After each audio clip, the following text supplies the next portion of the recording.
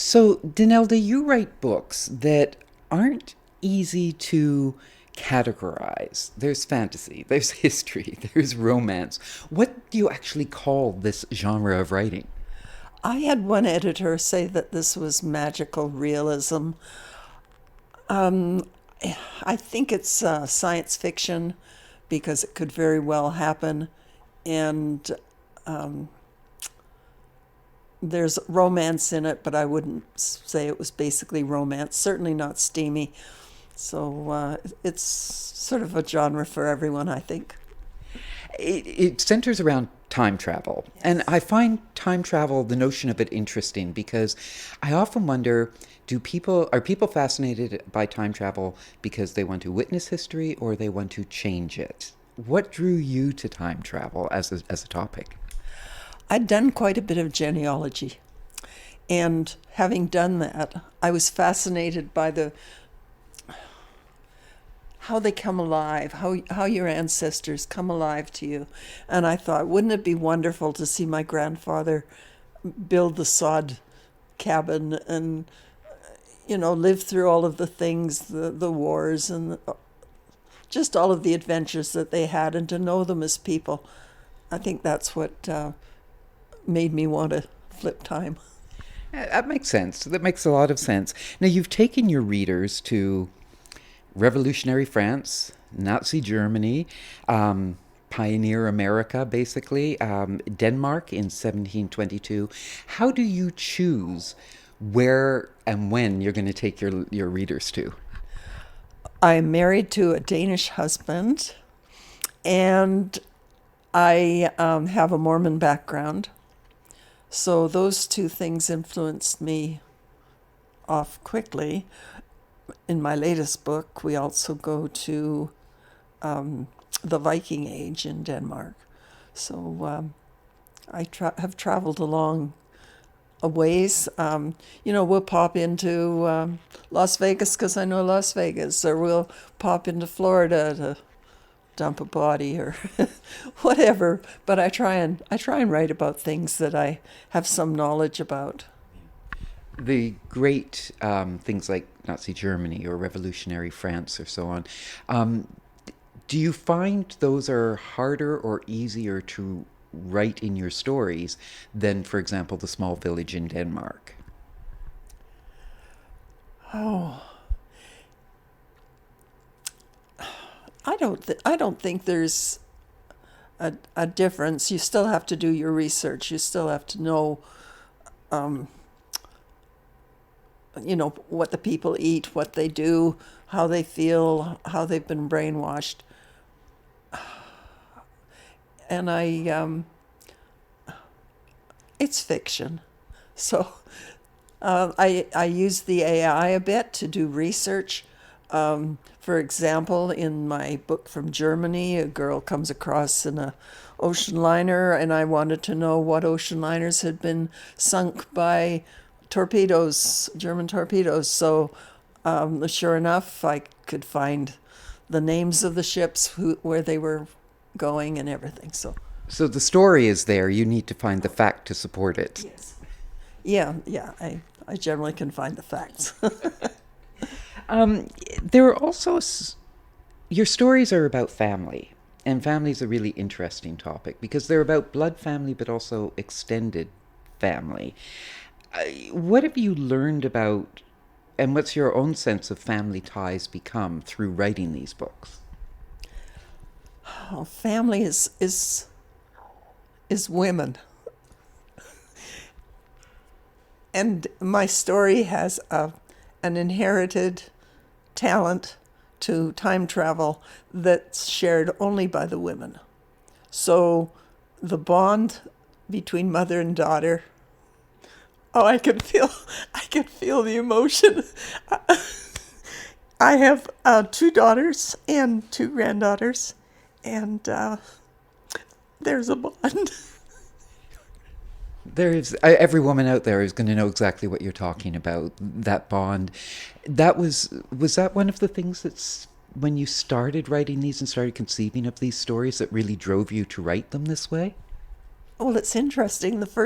the first book, Kindred Spirits, has a two young women, one Danish and one American, and the American one has an imaginary friend, which I brought in because my sister had an imaginary friend, and so it was really fascinating to see my sister read the book afterwards and identify with that. And my sister is disabled and challenged in many ways.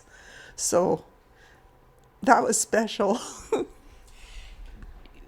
Can I ask you why that touched such an emotional chord in you at that moment when you talked about that bond?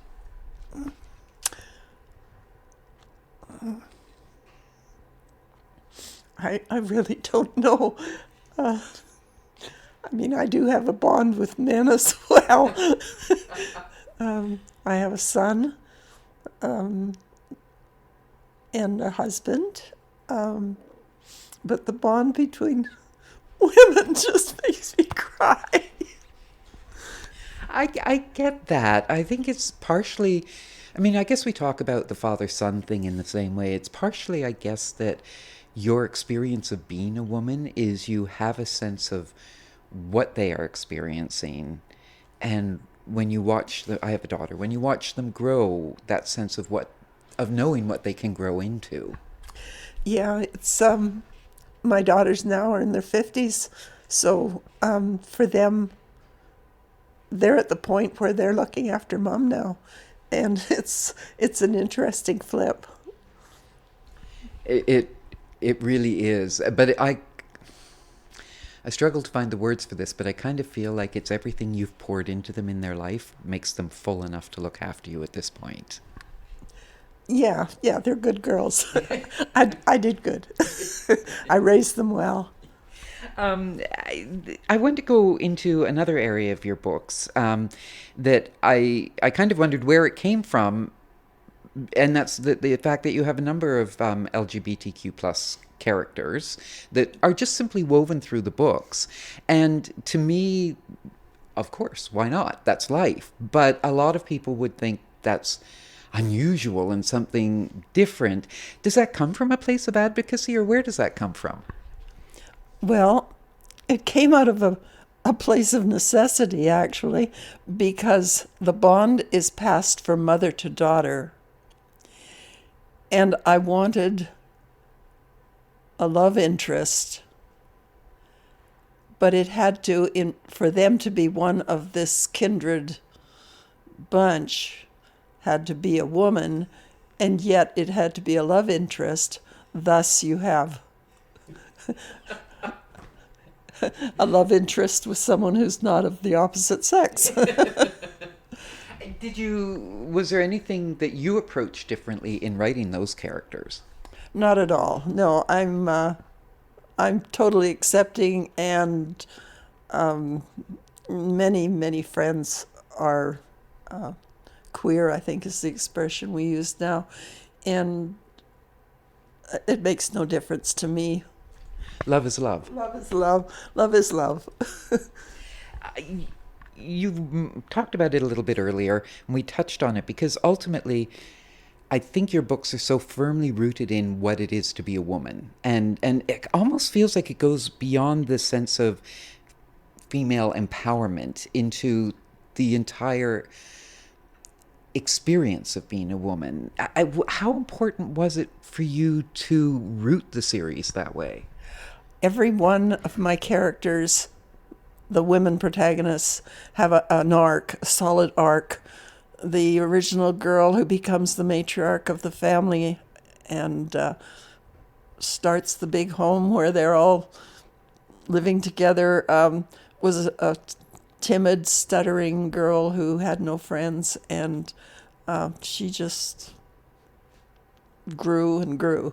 And the final protagonist, Barbara Waters, who is a scientist, very passionate in the future, and she has quite an arc as well, because it's a very utopian future that she'll be living in, and she loves the replicators and the convenience, and through the adventures that she experiences due to this ability that is created, she learns the importance of treading lightly on the earth, and grows closer to her love interest, so that they can live happily ever after. I think what's interesting about that is that, and it's, I guess, a woman writer writing women, is that it's not one small part of who a woman is, either in a career or as a wife or as a whatever. It's the totality of being a woman, and that's not something that you read a lot these days. I'm a strong woman, and I believe that women have strength, whether they're 6 feet tall or whether they're tiny, that go far beyond what men have. So, yes, I try and include the strength of all aspects of women. I like the idea that you talk about strength beyond physical strength, and even beyond intellectual strength. There's a whole sort of emotional arena out there that requires strength as well. Of all of your books, oh, well, actually, before we get into that, I wanted to talk about the fact that you've pulled AI into your most recent book, and why was it important to you to do that? Because this entity thrived in the women protagonists in my book, it had to have an origin. And the origin is in the future. So this last book, the finale, tells how it was created. And it might even be the book that people want to start with, because it's called Kindred Legacy, and it shows where the ability came from. Spoiler alert, it's melding AI with organic material that's forged with temporal abilities, and it thinks Barbara's its mum. And so this is how it all began, and it's been really, really fun to write. I've enjoyed the whole series immensely, and as soon as I finish one, I've just jumped into the other, but now I'm kind of looking at going another direction. Of all of these books in this series, which one has the process of writing affected you most in terms of how you view the world? How I viewed the world. The last one, because of my ordeal having to write it, it's made me realize how important the series is to me. We're going to come back to that in just a second. You're listening to Almost There on Sooke.live. I'm Sue Elrington, in conversation right now with author Denelda Bendsen. Denelda's latest book, Kindred Legacy, is to be released June 15th.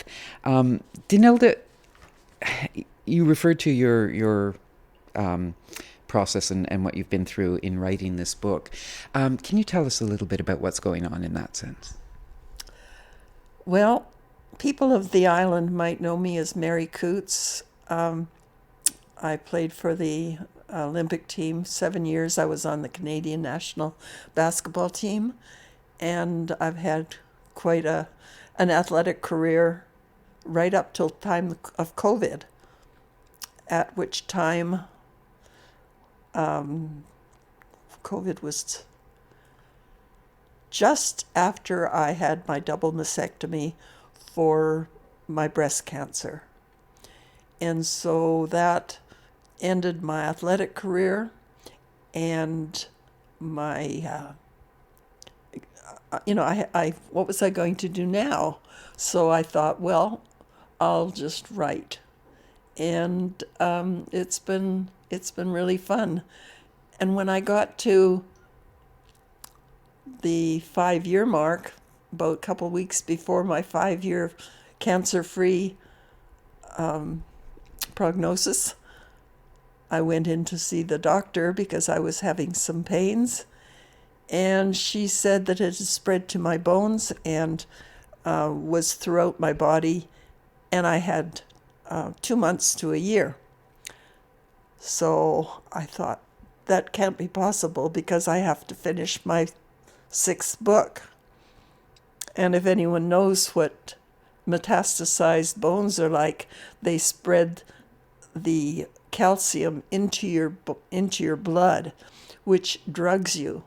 So had it been a week or so more before, if I wasn't diagnosed, I probably would have gone into a coma, and that would have been the end of me. But luckily, this lovely little Sooke medical clinic diagnosed me and got me in right away. So I was bedridden,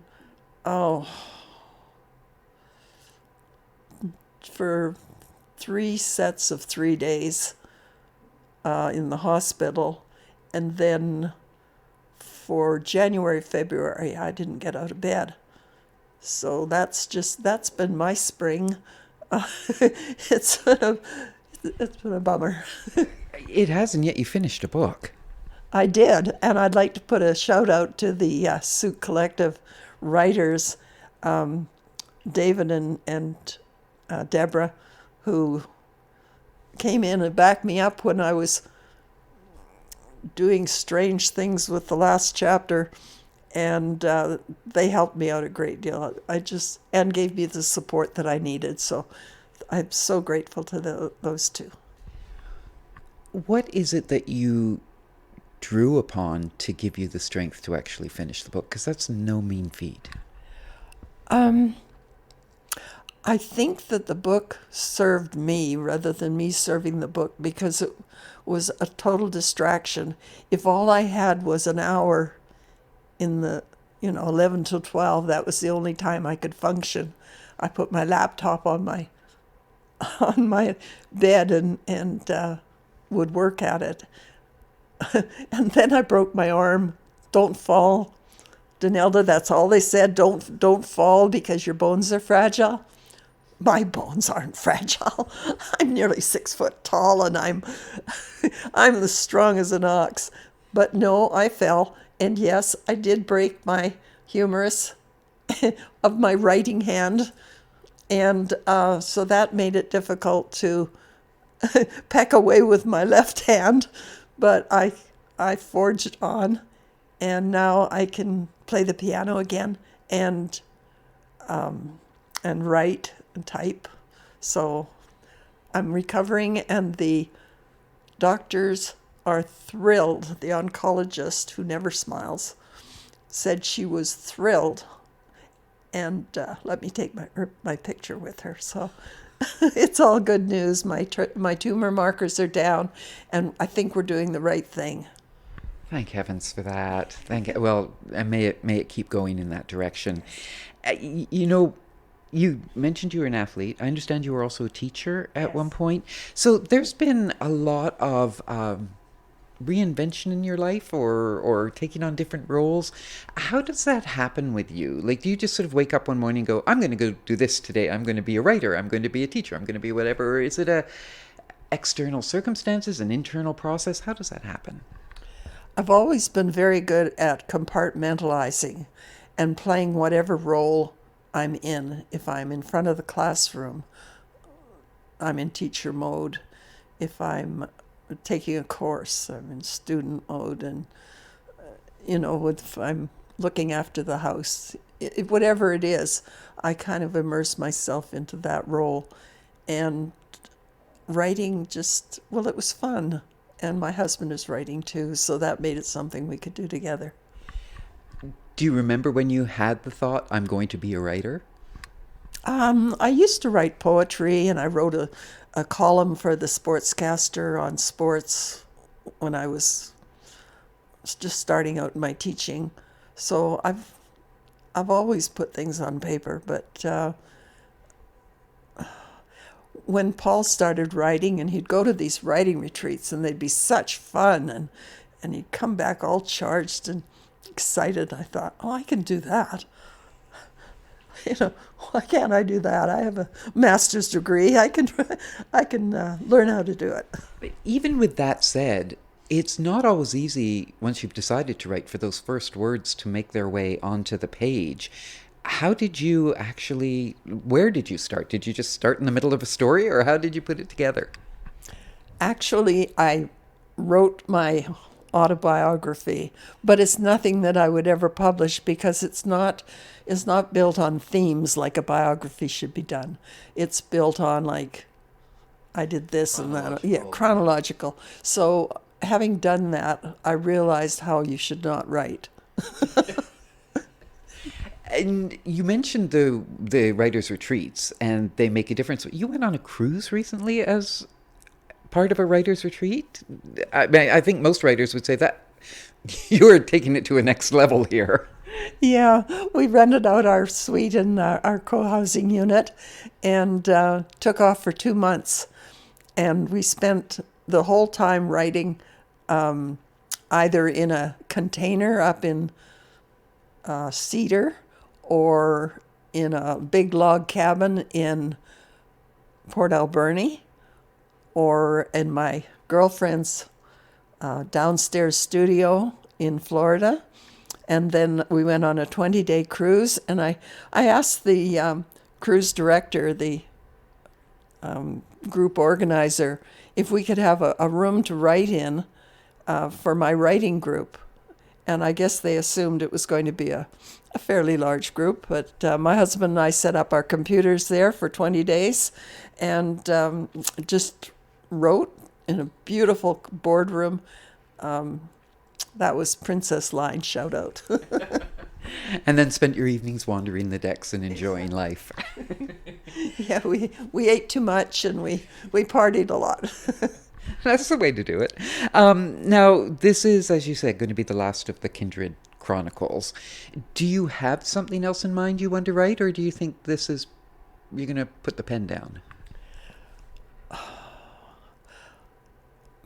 I have something that I want to do about a 70-year-old woman who loses her husband and decides she doesn't want to be frumpy and grow old, so she learns how to take advantage of all of the science and